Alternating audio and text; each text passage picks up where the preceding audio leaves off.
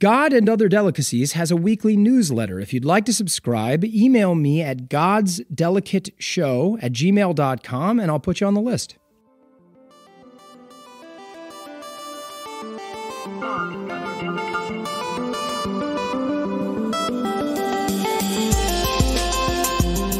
Hello, everyone. Welcome to God and Other Delicacies. I'm Nicholas D'Augusto. Thank you all so much for being here. Today, I have the privilege of welcoming Charlie Bresler to the show. Charlie's career has taken a few interesting turns. He began as a professor after earning his PhD in social and clinical psychology from Clark University. From there, he was recruited to the clothing store, The Men's Warehouse, where for many years he was the company president.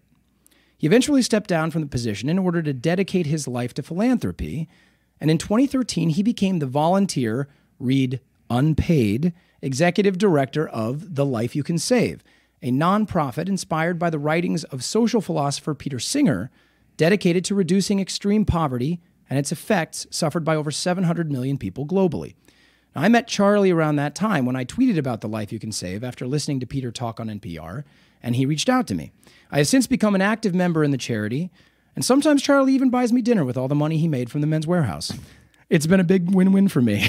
Welcome to the show, Charlie. Thank you, Nicholas. Hey, thanks for being here, man. By the way, I always call you Nick, but I think you prefer Nicholas. You know, frankly, I prefer Nick, but I have this thing, and now I'm going to blow it on the air here, I think, but when people call me Nicholas, I feel more professional. Like, I feel like I'm in a professional environment. And when people call me Nick, I feel like, is that a family member? Is that somebody I know? Which face am I putting on at that exact moment? If someone says Nicholas, I know they don't know me super well. So now everyone knows if they know me, if they see me, they now know how to get me. So that's my little relationship with Nick and Nicholas. So you call me Nick. I will call you Nick. Yeah. Charlie, you just came. When did you get down here? You came down from Seattle. We came down from Seattle for this event we're having tonight for the book launch for The Life You Can Save's 10th anniversary updated version, which we have in ebook form with lots of wonderful links to our website, thelifeyoucansave.org, and also wonderful celebrity readers, including Nicholas D'Augusto. Yours truly. I did it. I did a chapter. I have chapter 6, I think was my chapter, right? Yeah, and I'm told you were tied with Stephen Fry for the best reader. And that is such a delight. It might be one of my career highlights to hear something like that. To think that Stephen Fry and I might be 1 and 2, that is amazing. You're lucky you didn't get the chapter that Mark Evan Jackson had, though. It was 51 minutes, and it was all numbers. Oh. And I have to say, he did an incredible job. It was brutal. Yeah. Oh, man. Yeah, I loved it, man. I loved it. I love talking about. It's a cool charity. Okay, let's talk about extreme poverty. Okay, so that's one. So one thing that Charlie's talking about is Peter Singer's written a lot of books. He's been writing books since the 60s. Well, he wrote the book about extreme poverty, the article, in 1972. Okay. But he's been writing for quite a while. He's about 73 or 74 years old, I think. Yeah, he's a big animal rights activist. He is a huge part of I think he's the founder of the animal rights movement in the United States, maybe in the world. Yeah, he's extraordinary. And I mean, I remember coming across, not knowing anything about him in like one of my environmental philosophy classes. Like he and a number of other people were essays that I read at the time. And then it was kind of interesting later in life when I heard him talking as I referenced at the beginning, I heard him on NPR giving one of these, here's what extreme poverty is and here's what The Life You Can Save is about. And anyway, so 10 years ago, this book comes out and it's an important book and it's something that you latch onto kind of right away, or when do you discover it? I read it in 2012 okay. while I was on a family vacation in Hawaii, of all places. All right. And in a luxury home, my boss's home, George Zimmer, the founder of the Men's Warehouse, where I was working. Okay. He had this estate, and he was generous enough to let us stay at his estate. Then I read Practical Ethics, which is a serious philosophy book that Peter wrote, and then I read The Life You Can Save, and I was at a point where I really wanted to do something. So the book really grabbed me, even though, as I'm sure we'll talk about, it really just recalled old themes in my life, things that I really thought I believed in but really hadn't done anything about. So it wasn't one of these aha epiphany moments like Martin Luther or something like that. Right. It was one of these, oh yeah, I better do something about this before I am too much older. So that's what happened. That's when Had I read you it. already been thinking about, we're kind of skipping past some of these questions, which I'll get into later, but this is a good place to be in this conversation. Were you already thinking about leaving the Men's Warehouse at that point? So I'd already left the Men's Warehouse. So I maybe should. But he was tell, still letting you use his house? That's yeah, nice. he was, but not anymore. You left, but you left on good terms. Apparently. Yeah, left on good terms. No, we did not leave on good terms. Stepped down when I was on good terms in 2008. This was now 2012, 4 years later. I had a sort of significant consulting agreement that I couldn't walk away with because it was too lucrative. Like most executives in the United States just paid too much money for too little work. Yeah. You can edit that out if you want. But I doubt I will. That sounds pretty juicy to me. But in any case, I if you want me to edit it out, no, we'll talk I don't. about it. To clarify from your introduction, I didn't step down to do philanthropy. I stepped down to try to work to try to help bring about a world where philanthropy wouldn't be necessary. And I like to make that distinction because if you had the right structural changes, the right social movements, etc., over time, there wouldn't be people living in extreme poverty. There wouldn't be people who didn't have medical care or care for their mental or psychological problems. So maybe there would be no need for philanthropy.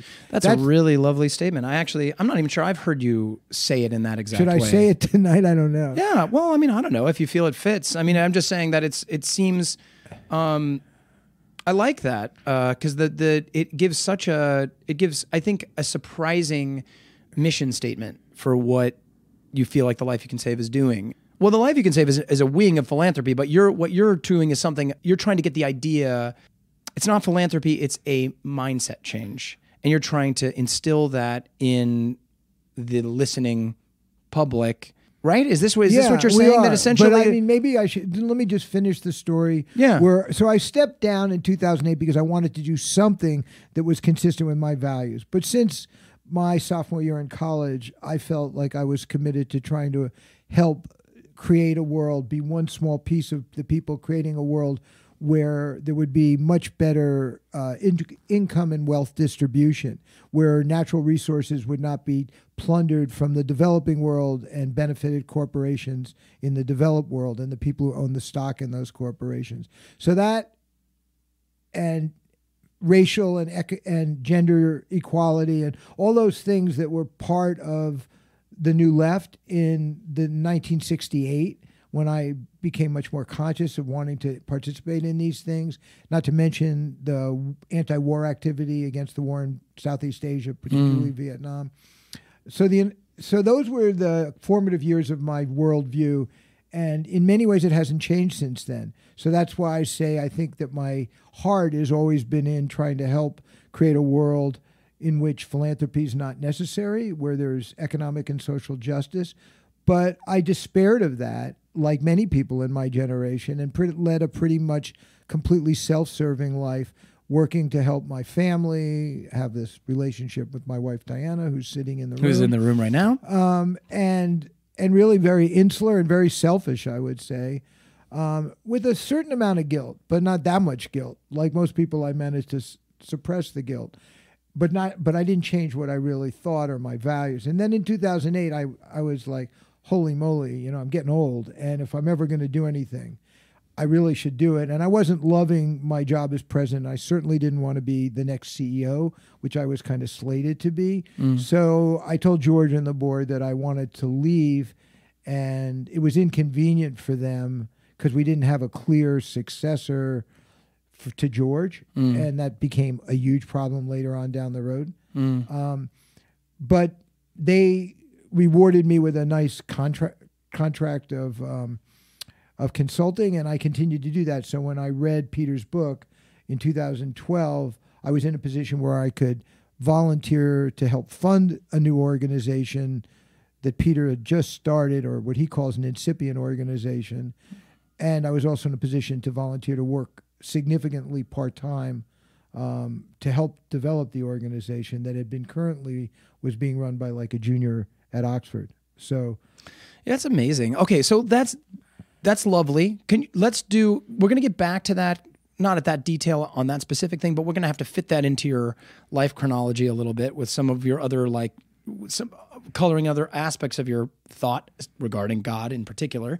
But Talk about what is extreme poverty real quick before I jump back into the show. It's defined as people who live on the equivalent of less than $1.90 US, and that means what a day. Thank you. And what what? God, I'm glad you're here, Diana. Yeah, I was drinking coffee while I didn't really see what he did right there. Yeah, since high school, she's been doing that. Fortunately, it's good to have the right ones around. Yeah, right.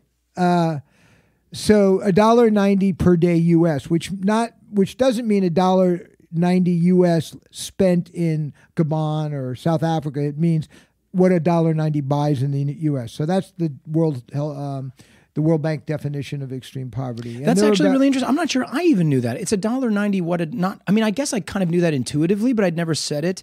It's not what $1.90 can buy you there, because $1.90 can buy you quite a bit in some of these areas. Right. Totally at a discrepancy to what it would buy you here in the United States. Right. It's try to imagine living with $1.90 a day. And that includes like paying for everything.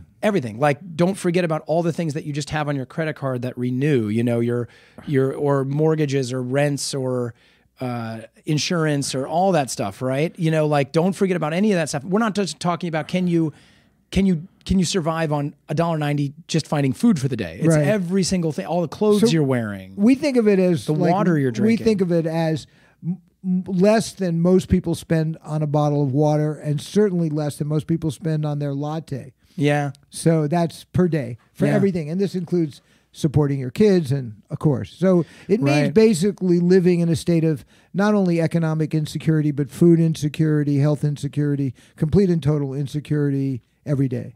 And the sort of like estimate number. You said it right at the beginning of the show. Over 700 million. I think the current number is 734 million. But they say that large numbers are kind of like numbing. One number is like a real life. So that 734 rolls off our lips, your brain can't. 734 million people that are living in a state of extreme insecurity, plus all the refugees in the world. And all right. Well, this is really good stuff. I love it. I can talk about it for a long time, but the show's about God. So let's get to that. But first we start about breakfast. What did you have for breakfast this morning? I had smoked salmon and half a baguette. Ooh, that sounds nice. Yeah. I'm fortunately not living in extreme poverty. Well, good. Although, I try to do better about giving money away than I used to, but definitely was not suffering at breakfast this morning. Did you eat at the hotel, or did you go find a nice little cafe? We went to Pain Quotidien, which we've eaten in different places throughout our travels around the world. It's one of my chains that I like. Oh, good. Yeah. Okay, man. So the big question regarding the show is, how and when were you introduced to the idea of God in your life? I was introduced to the concept of God at some point that I don't remember, but I imagine it was around the time that my parents told me I was going to be going to Sunday school, that I started going occasionally, like maybe 4 or 5 times a year, to temple. My parents were both Jewish. Okay. My grandparents were both Jewish. All my grandparents were from Eastern Europe, various parts of Eastern Europe, and they left during pogroms in the probably early part of the 20th century.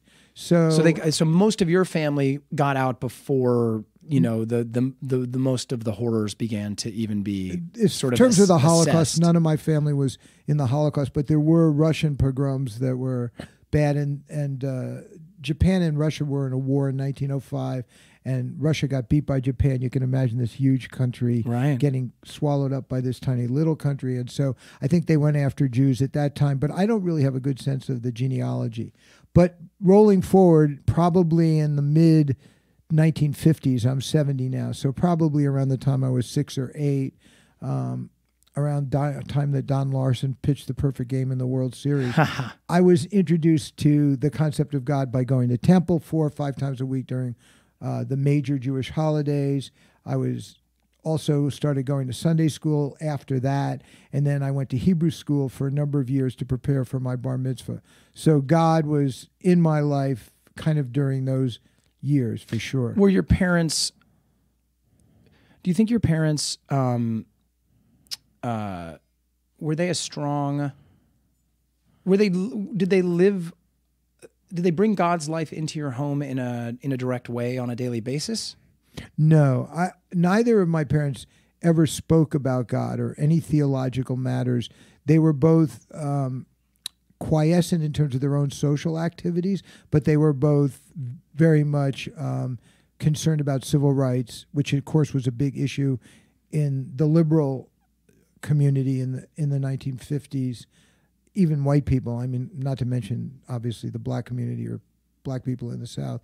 So they were concerned about civil rights, and they were to some extent concerned about economic and social justice. So I think that the theological part of my upbringing was practically zilch.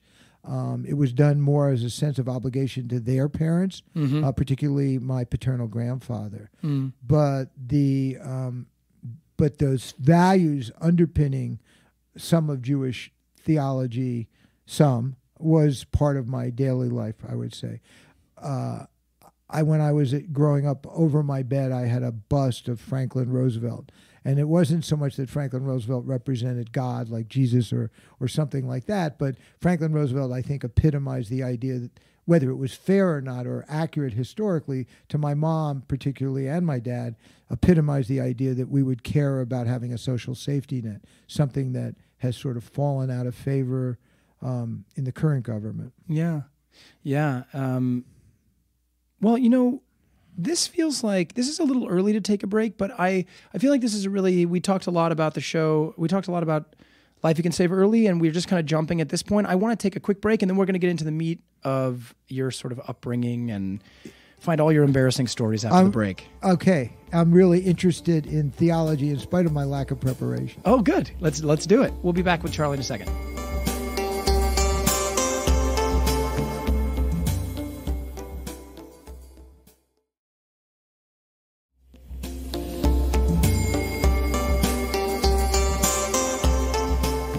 All right, everybody, we're back with Charlie Bresler. So, Charlie, when you said that you were interested in the theology of this, like, what were you thinking? Like, what part, where was your brain starting to go when you said, like, I'm interested in that? What was your mind thinking about? Well, I'm interested in different forms of spirituality, including traditional ones. I don't know a lot about religion. I don't even know a lot about Judaism.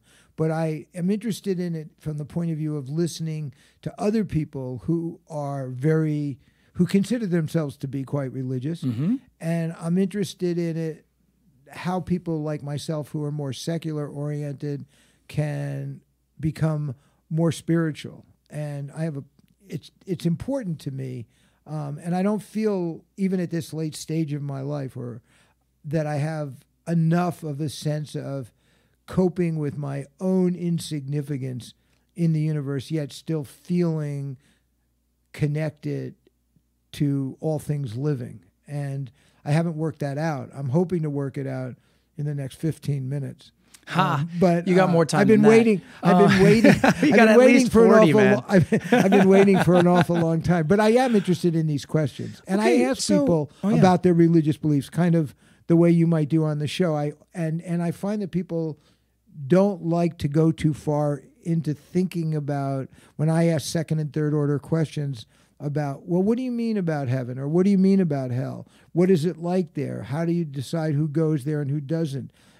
Or, well, when you think about God, is God an anthropomorphic being? Is it everywhere? If God's everywhere, then you're sort of a pantheist. And I just ask people those questions, and I feel like they don't really have second or third order answers, that they don't really necessarily want to penetrate, because it feels to me like they almost find the questions threatening. So let me ask you, do you feel like by the way,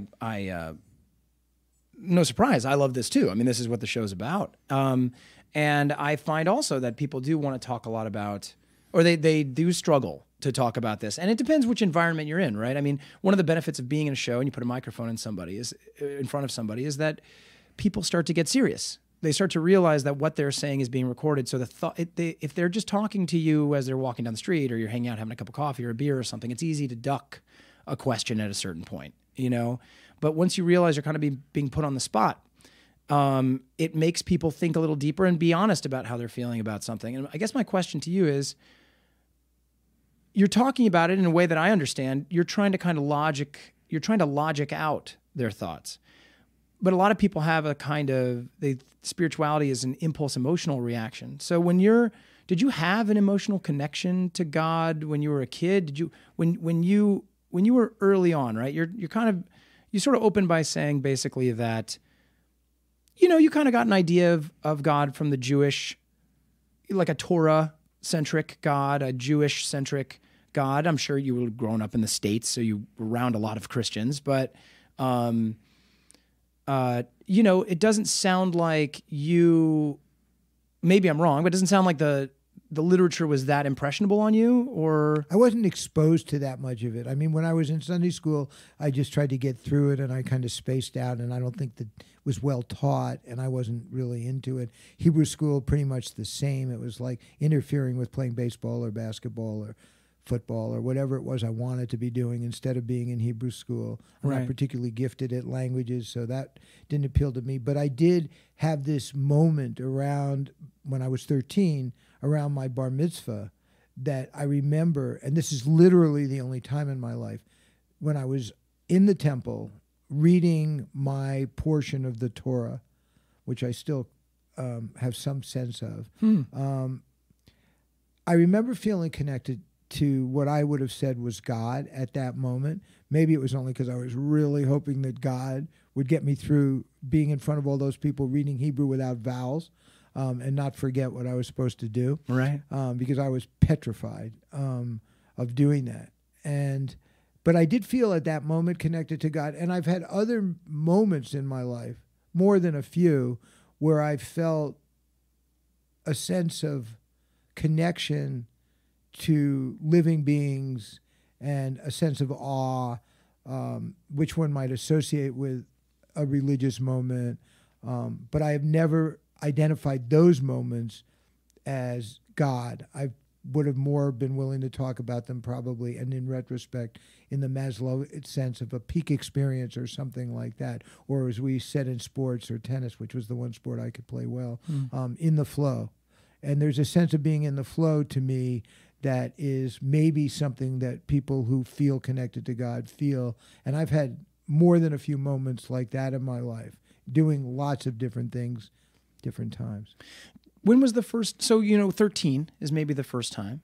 And then where does it go from there? So you get through the bar mitzvah, you completed the things that make you the base level adult in your religion. Your parents are not going to pound it into you after that, right? It didn't even last that day because I left the party to go pitch a game with my Little League friends who were there at the game, and I got absolutely blasted. Oh, wow. And you're like, God, come on my bar mitzvah? Well, I had a curveball that broke 3 feet right to left, but not an inch down. So once people had been up to bat once, they had figured it out. All it was like putting the ball on a batting tee. Oh, that's funny. Yeah. So do you're not going to temple with your family all that often? Your parents don't go to temple? No, nobody in my family goes to temple except my daughter. And okay. She had been to temple, I think, one time in her life before she started going on her own. We didn't even know she was going. All right. Well, that's jumping ahead from where I want to go right now, but I like that. So your parents didn't you weren't going to temple a lot as a family. Once you got through this stage, we didn't have much of a family. I guess I should add that. What's and maybe that? That's part of the reason. Mean? So my mother was put in a mental institution, or left to go into a mental institution around the time of my bar mitzvah, and she was there through college. So wow. I mean, I used to visit her once or twice a year. So she left, and then my father spent his time either traveling from Westchester County, New York to the city to work, or visiting my mother. So there really wasn't much family in my family from the time I just alluded to. Do you mind if I ask more questions about your mom? No, absolutely not. So was there a traumatic experience in her life, or was there a disease that they could kind of articulate to some extent that she was suffering? So I'll talk about it as a layperson, even though I'm a psychologist. Okay. I can psychologize it afterwards if you like. But sure. One of my good friends many years ago told me that the reason my mother left home and was in an institution is because I drove her crazy. Oh, I've never really accepted that explanation. it's pretty harsh. Yeah. I mean, that's She like was you can joking, joke, but that's a pretty harsh joke. Well, Elizabeth told those kinds of jokes, but I guess I guess she has the right friend that she can tell that joke yeah, to. You must exactly. be able to I accept didn't it. take it too seriously. Yeah. Some people might not be able to handle that, but apparently you could. So there was a medical explanation that was given to me when she first kind of took to bed, is how I like to say it. Wow. In that she had thyroid problems and that had caused her to be emotionally out of whack. I think that was the explanation they gave to me, and maybe they even believed it partially. Psychology and psychiatry were primitive then. They're still very primitive, but they're not as primitive as they were in 1962. But I would say that in the terms that most people who would listen to this show would understand, she was severely depressed. And so it was a non-psychotic, severe depression, unipolar depression. She didn't have any mania or anything. But in the neo-analytic field that was treating her in those days, they thought of her as schizophrenic, because unlike today, they didn't think of schizophrenia as a hereditable problem, even though all the evidence was there from the twin studies that were done in Scandinavia that it was a genetic condition or a predisposition. They saw it as schizophrenia as a weak ego. I guess I've lapsed into psychology here. That's okay. It's interesting. They thought of schizophrenia as having a weak ego, or what Helena Deutsch called an as-if personality, meaning like you actors, like when you're around somebody like this, you can be just like that. Or Right. around, so you guys have no real identity. You're just taking on That's the right. There's identity no of the core script. to me. I'm just a shell. You're just a shell, right? And so Many masks. so you'd be diagnosed as, all these actors would be diagnosed, not just Montgomery Clift, but all these actors would be diagnosed as schizophrenic in those days. But they didn't know what they were talking about. So I think for our terms, my mother had a severe depression with kind of narcissistic personality that was non-drug responsive. And you wouldn't probably be even drug responsive with the new generation of antidepressants. So in a nutshell, that was it. And she was rich enough to be kept in a really relatively nice psychiatric hospital till my dad ran out of money. And then she got out because she didn't want to go to a state hospital, and she got better. You're kidding me. So much for psychiatry. You're kidding me. No, I'm not kidding you. Did you? I mean, she always was. How long? She was always a complainer and would tell us how unhappy she was. But she became a credit manager for JCPenney, despite the fact that she'd never graduated from high school, and traveled around the Northeast opening stores for JCPenney. She lived on her own. She had friends. I call that getting better from sitting in a mental institution for 8 years. That is an extraordinary turn of events. I did not know where that story was going. Getting better and becoming like a strong businesswoman was not where I thought that was going to go. She probably didn't either until she ran out of money. Wow. So, and did you have siblings? Yeah, I have a sister who died of an accidental overdose when she was 55. I've got a great family. You've got some tragedy in your family. Yeah, so my sister didn't do very well in reaction to my mother's illness and my father's kind of absenteeism. And she was a prom queen. I mean, she was a classic prom queen. Most beautiful girl in our high school, went to Ivy League college, dated all of the various captains of all of the sports teams. When she was 19, she married an alcoholic. And except for raising two extraordinary, wonderful children, her life was kind of challenging from then on. Wow.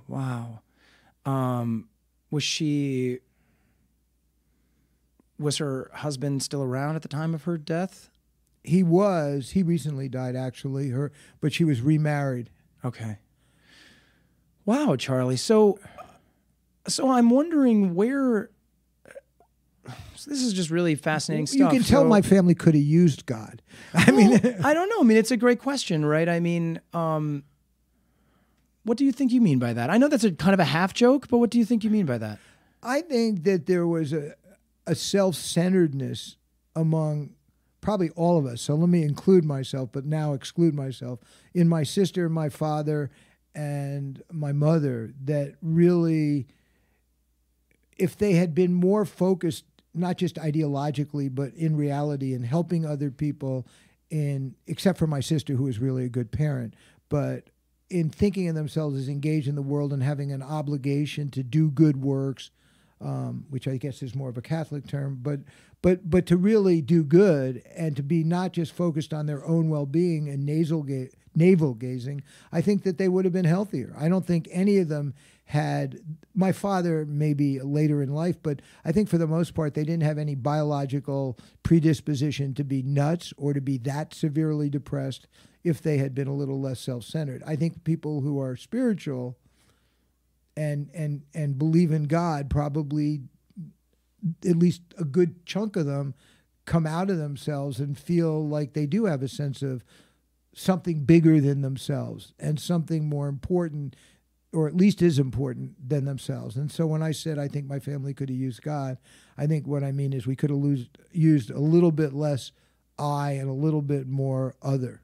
It's extraordinary. That's really, I think, beautifully said. I mean, I think it's, I think that these are the, damn, I'd say this damn near every show, but hot damn, I love this show. I love talking about it with people because it's, I think that one of the things, I kind of mentioned this to you off mic earlier, but, one of the things I talk about a lot is that, so, you're, am I right to say that you're a self-described atheist, right? I don't think of it all the time, but if somebody said to me, "Are you an atheist?" I would say yes. But you already betrayed at the beginning of this that you are interested in a more spiritual life, and you're kind of like you have your. I'm in struggle. I would describe it as. You're in struggle. Yeah, about that. Yeah, great. I am too. I'm trying to articulate what that means for me, because you've hit on something, right? That you're not envious of necessarily, but that you admire, is that there's that religion at its best seems to sort of instill a sense of movement towards the greater good. If you're getting the core of what the religion's trying to do, not everybody does, but if you're getting the core of what they're trying to do, it's trying to get you outside yourself. That's what I think, and that's I think what Peter Singer and my work at The Life You Can Save does for me. It's not like I said to myself, okay, I've got to be less self-absorbed now that my kids are grown up, and of course Diana has an important career, but as a family doctor, but I think that without saying to myself, oh, I need to do my connection to God, my not going down the rat hole that my mother, father, and sister went down I'm going to need to do something besides make money and try to be a good corporate citizen. How did you handle? So what happened? So how old are you when your mother goes into the institution? About 13. So right. I mean, it was right around her bar mitzvah. It's like almost right. Well, she wasn't well then. So how do you respond? I mean, you're very young. You don't have many tools at your disposal at that age. But then how do you mentally sort of package this and start just moving? I mean, is that what drives you to psychology? No, I don't think so. I mean, that's the natural thing to think. Right. I mean, no, but everybody kind of thinks that. I know it's a boring question. No, I'm just kidding. No, I mean, it does feel like a natural inclination. Of course. At 13, I think the way I package it is I get kind of lazy. I'm already sort of that way because my mother's been dysfunctional for a while. And the way that manifests itself is I don't work in school. I don't bring my books home. And I had been a pretty precocious athlete, and I stopped playing sports. Oh. And I kind of watch a lot of television, eat a lot of bologna sandwiches. So you're depressed, but you don't understand what that means yet. Yeah, and I certainly didn't say to myself, I'm depressed. What I did say is some days I got really sad, or I would cry, or I would talk to my father or sister or my cousin, and, when's mom coming home? I don't know when she's coming home. What the are they doing there? You can cuss on this show, by the way. What the fuck are they doing at that hospital? And I would even go down and yell at the psychiatrists and the social workers and tell them that they didn't know what they were doing. I was a very presumptuous little 8th grader, but turned out I was right.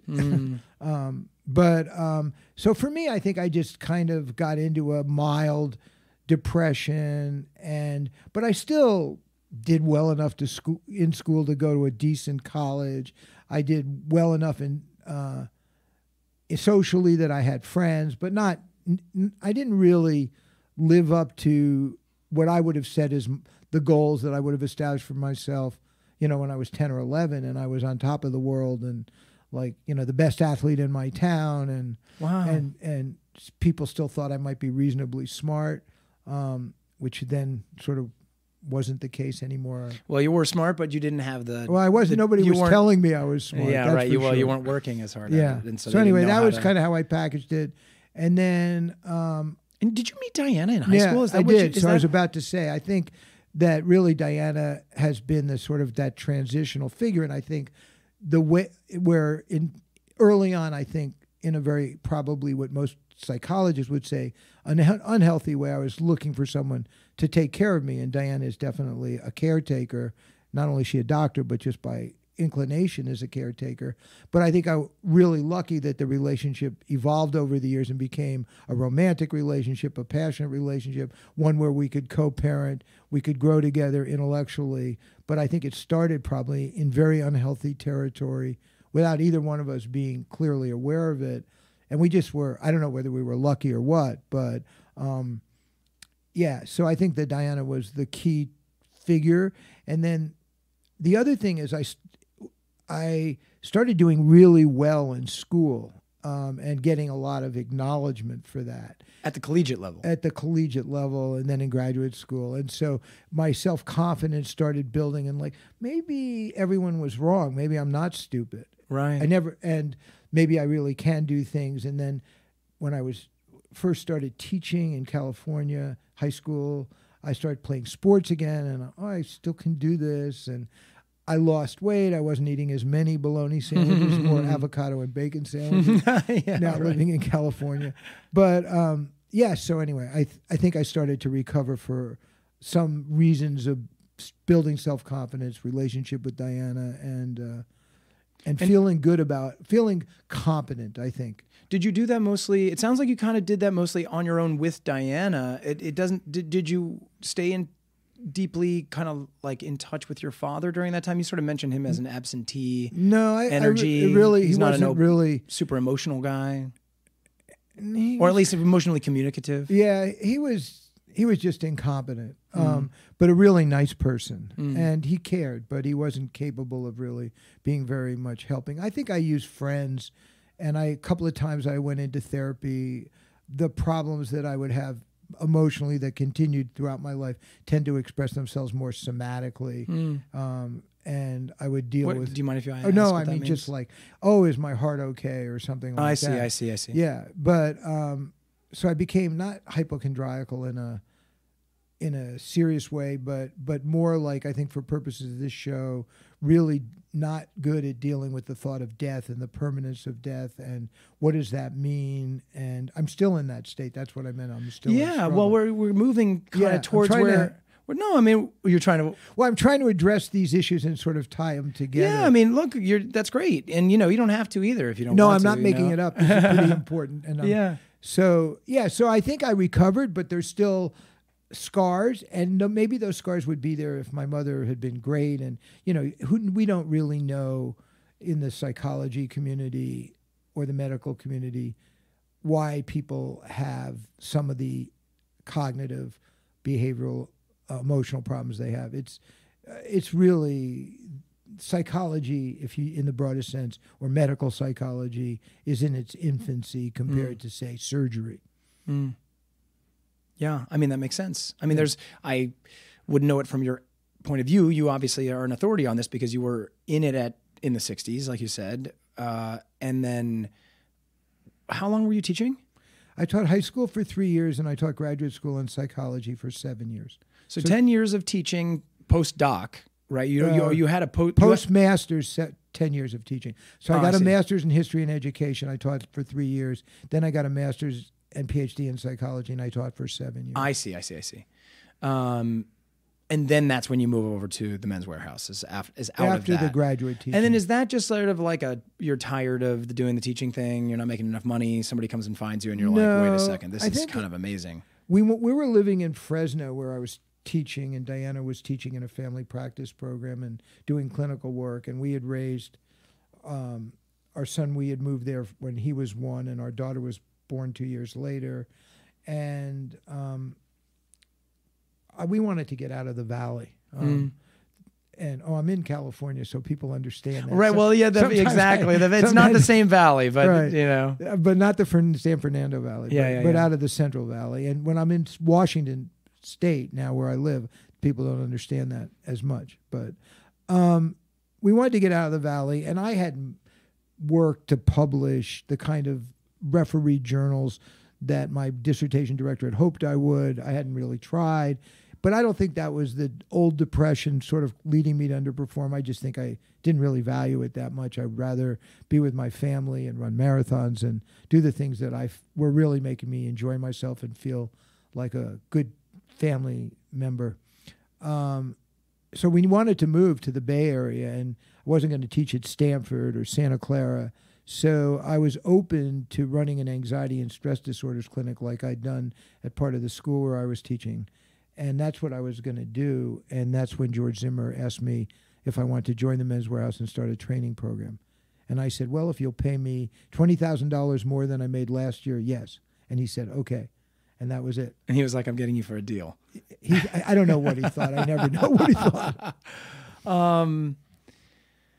Well, let's take our last break right here. Okay. And then we'll get back into this question of that we've circled around a couple of times now, which is where are you at with your spirituality today? All right, see you soon.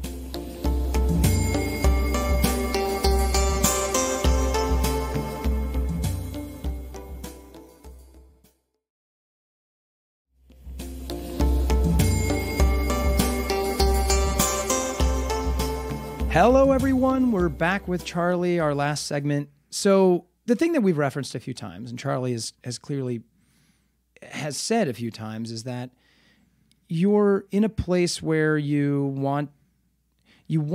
almost like you want to try to define a spirituality for yourself, or you want to find a more consistent expression of it or an outlet for it. Can you talk more about what you think you're searching for right now? Sometimes I like to say if I knew, I wouldn't be asking other people. But sure. I would like to become more comfortable with the fact that sometime between tomorrow and 25 years from now, I'm going to be dead. Yeah. And I'm going to leave people I've cared deeply about, mostly Diana and my two children, my granddaughter, my son-in-law, my son's partner, a few critical people, but mostly my immediate family. And it freaks me out in an irrational way, from Diana's point of view, that I'm upset about the fact that I'm never going to see them again. Of course, the loss, the dying, that's hard for anyone. But I think it freaks me out that I'm never going to see them again. I don't believe in heaven or hell or an afterlife or reincarnation. And so I think that the problem I'm trying to work out, although I don't really spend very much time trying to work it out, it's like I want it to magically fix itself, is dealing with this the illness and death that's inevitable in anybody's life, but is closer when you're 70 years old than when you're 30 years old, hopefully. Do you feel like, where do you think the answer is? Like, where do you think it is right now? Like, what does that mean to you? Like, what are you hoping magically appears? I think it won't magically appear. I think the answer probably is, for me, in understanding the thing I mentioned earlier, which is now resurfacing, I think, with this problem in me, like it did in my family, in my sister, my father, and my mother, is that I'm not critical to even my own family, and that they will go on, and yes, they would be sad, but they will be fine, and then they will die, and their kids will be fine, and that's just the nature of things. And I think it lies in losing more of the I and immersing myself more in other, but not just my family, but other being, I don't know what, the ether, the world. And I think that for me, I can begin to connect with that when I'm at the sea, when I'm in nature in general, when I'm reading the little bit of Eastern philosophy that I read. I can begin to connect with that. And I think that if I continue to magically think if I continue to think it's going to magically appear, then when I get really sick, I won't be as prepared. I'll still die, but I won't be as prepared as I could be if I put some of the energy that I put into other things into trying to connect when I'm in nature, or read more of the Eastern philosophy that appeals to me and makes me feel connected. But if you ask me where I'll find it, I think I'll find it in nature and somewhere in this web of popularized Eastern philosophy. I'm not looking to get into it. I don't think I need to get into it in the original text. I'm not going to learn Sanskrit or.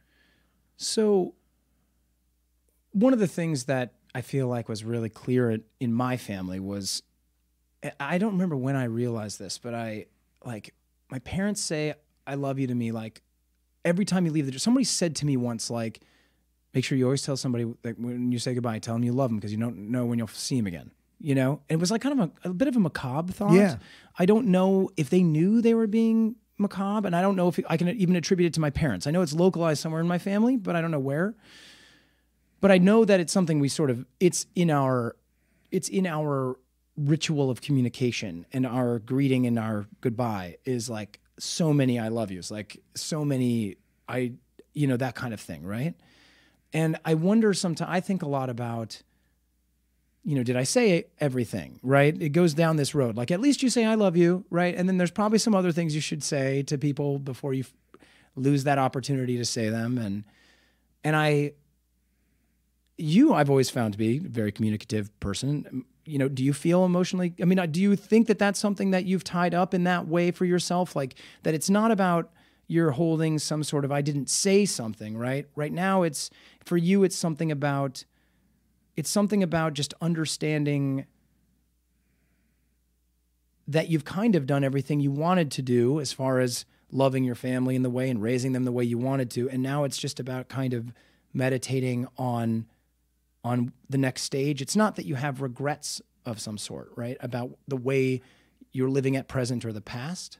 Correct. I don't feel like in my family or even with my children's partners, my granddaughter, different. I haven't been able to tell her how I feel where she's understood it. Hopefully I'll live long enough to be able to do that. But no, I don't feel like there's anything left unsaid or any love unshown at all with any of them. And I'm pretty sure they would say the same thing. Yeah, that's wonderful. So that's great. I do have a sense that now with the work that I'm doing with The Life You Can Save and Peter Singer, that I'm even doing good work. I don't think that I did at the men's warehouse. I think I was a decent executive in the sense of being relatively humane within the confines of what the system will allow one to do, given that the shareholders inevitably come first. But and I signed on to that when I decided to get the paycheck. So I feel good about The Life You Can Save. I think that it is more for me about disconnecting from my own ego and disconnecting from having such a strong sense of I need to control things. Even as I anticipate, just sitting here thinking, the event we're having tonight, which is largely a fundraising event, trying to control the outcome or think that somehow I magically have so much control over it puts unnecessary pressure on me and is also unrealistic. So I think that the work for me isn't so much about finding God in a traditional theological sense, but it's about finding God in the sense of the other and connecting to nature and the universe, other people, other non-human animals, and giving up this strong need to control, and which you can't. You can only control your response to what happens. You can't really control what happens. Yeah, and I'm repeating myself, but dissolving my own ego more. I've done enough using my ego. I think, I recovered from high school. I accomplished things. I have a great family. It's like enough of that. It's sort of like the striving, I think stopping the striving and the competition. And it's interesting though, because one of the things that one of the things I'm hearing though is that, and I know this about you, is that you're working very hard for the life you can save. So you're striving quite a bit actually for the life you can save. And so it's interesting that there might be some tension, it seems like, right? Like there's some tension between this desire to be, the Eastern philosophy is a retreating philosophy, right? It's a removal in some ways. It's pretty quiescent. It's a dissolution of the ego, as you're talking about. And yet you're applying so many of your really, really advanced executive skills to the life you can save. And so it seems to me that what you might be, what I hear you're saying is there's a switch, right? Like some days you're turning it on that you're the executive for the life you can save, which gives you a spiritual wholeness because you're doing good and that makes you feel good. But then there are times where it's almost like you resent that you have to turn on that switch because it keeps you from being removed. I think I think you're absolutely right. That's very perceptive. I think there's two things about that executive switch or whatever. I think I can manage the life you can save with dramatically less ego involved and still do just as good a job. I think the reason the ego comes in, maybe, but what feels right to me is that I always am scared that that old pre-recovery person, the eighth grader eating bologna sandwiches, so to speak, is the person that's like turning off the executive switch, not the Thich Nhat Hanh turning off the executive Hold on. switch. I'm going to have to catch up to that because there's something good there, but I'm not sure I totally understood. Well, let me explain. Yeah, please continue. So I think I get concerned that I'm regressing to that depressed, lazy. So you're not sure if the Eastern philosophy removal is also depression or something. You're like, no, you're not what I'm worried saying. that, okay, I'm just continue. worried that it isn't the more enlightened Eastern philosophy perspective that's turning off the executive switch. Or it's not so much turning it off, but operating the executive switch. Or if the desire to turn it off really comes from this old stuff of just retreat and withdrawal that isn't retreat and withdrawal of my ego, but not retreat and withdrawal from the day-to-day activity that's making me whole, which is to work at the life you can save. I think there's a way of doing the life you can save that doesn't involve Charlie Bresler, doesn't involve me holding up a mirror and saying, see how much you've accomplished. I think that there is a place now where I can say, you've accomplished enough. You're doing this because it's useful to do for the world, but it's not like another trophy. It's not like there's a prize at the end of this. There's really the work. And so the work can be done almost in a kind of like Zen in the art of archery kind of way. Like you do the work, you don't even so much have to look at the results. If you do the work with a pure heart, you know that it will be done well. And you don't have to look and see metaphorically where the arrow goes. It's really beautiful to think about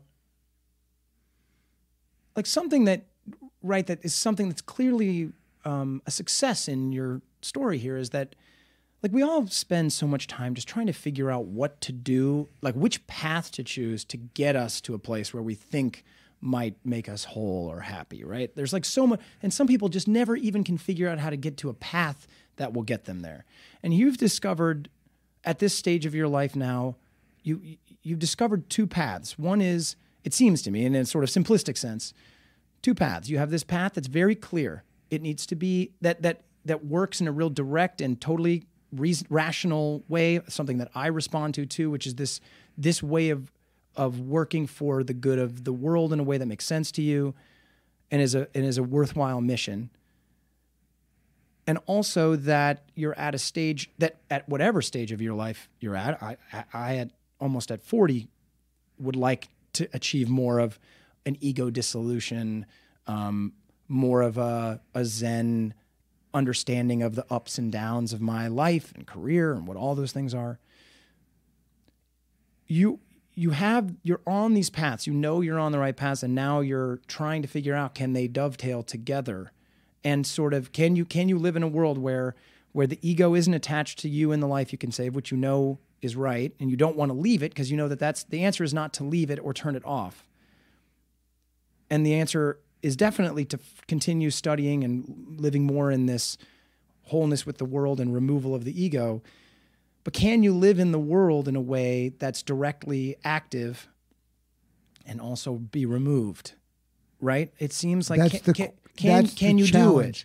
Because oftentimes I think the sort of stereotypical sense of a Buddhist is, and I don't think most Buddhists would say this, but is like you're not supposed to even live in the world, right? But then you get people like Thich Nhat Hanh who are anti-war activists and are very much in the world. This is who you were referencing. I don't know that name by name. So that would be a good one for you to look at. But he's somebody who does it. He's actively in the world, very much actively in the world, publishing lots of books, leading lots of I guess, retreats that are about social justice. He was major figure in the Buddhist anti-war movement in Vietnam, now is in France. But to me, that would be the model of how can you be a relatively egoless driven person who's living in the world. And tonight's a good place for me to start, which is to go there without the sense that I can control all the outcomes, without it being a referendum on how good I am, which I think that's where the nerves come in. It's that it's a referendum on how good I am. Sure. Not necessarily on how much money we raise for people against Malaria Foundation or Fistula Foundation. Everybody likes to believe that's what their motivation is. Right. And maybe I think that I just need to start down the road even more than I have of trying to do this as not an election or a tally on me so much. So I don't think I've escaped the same things that trapped my sister, my father, my mother in terms of the obsession with the self. I think I've done better, fortunately, for lots of reasons than they did. I think I still have a long way to go. But God, or whatever you want to call it, is not in the traditional theological sense, but I think is having a sense of connection is really the most important element in all of that, is feeling connected, and feeling connected to more than just my immediate family or the one circle from there, which is where my energy has mostly been for most of my life.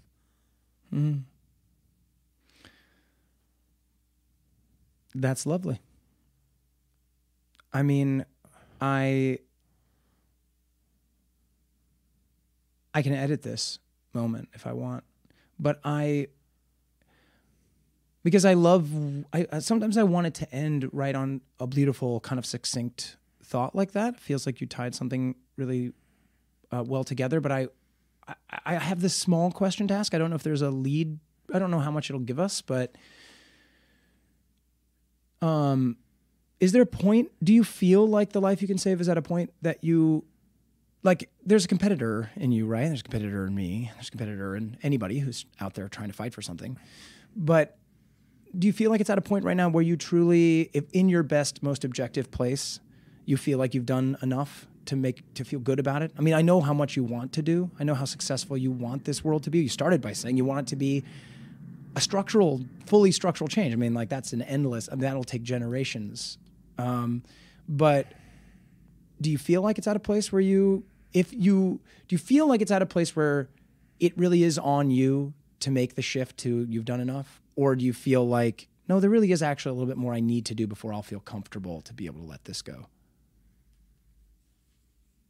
I feel like there's more I want to do, but I think that if I look at my life in total, the only thing that's really missing in my life from right now is not so much to do more for the life you can save, but to do everything I do in a way that transcends my sense of me in the ego-driven sort of way, and is connected to the value it brings to other people. And I think that's the challenge I face right now. I don't think it's at the life you can save. I think the life you can save is a great place to work that out. Yeah. And valuable to work that out, because it creates value for me to volunteer. I'm not charging them anything, to volunteer and help them do what they do. So I think it's a good ground. But I think if it's gonna be helpful in me enhancing my own spirituality or whatever we want to call it, I think it's going to have to be done in this way that, as I said, it's being done for other people, and I'm not doing it because I want to be able to hold up a mirror and say, see what I've accomplished. I think I've accomplished enough, except this last challenge. That's great, man.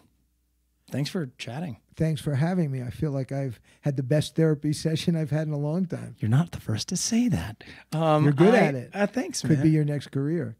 Hey, maybe Well, I'd love to just do it here if you don't mind. It's fine with me. If they can pay you. I'll try to figure that out. That's one of my next steps. I still need to make some money, Charlie, before I get to the stage. I'll bet you do. Listen, man, this is really lovely. Having people like you come on where you share some of the things you are, especially at where you're at in your life, the kind of perspective and the kind of like reflection you've done on your stages is really cool. It's really inspiring for me. I hope it's inspiring for other people to listen to.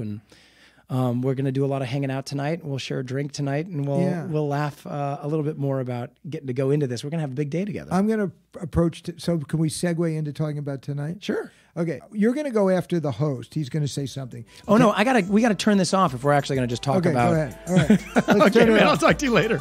Hey, thank you all for listening.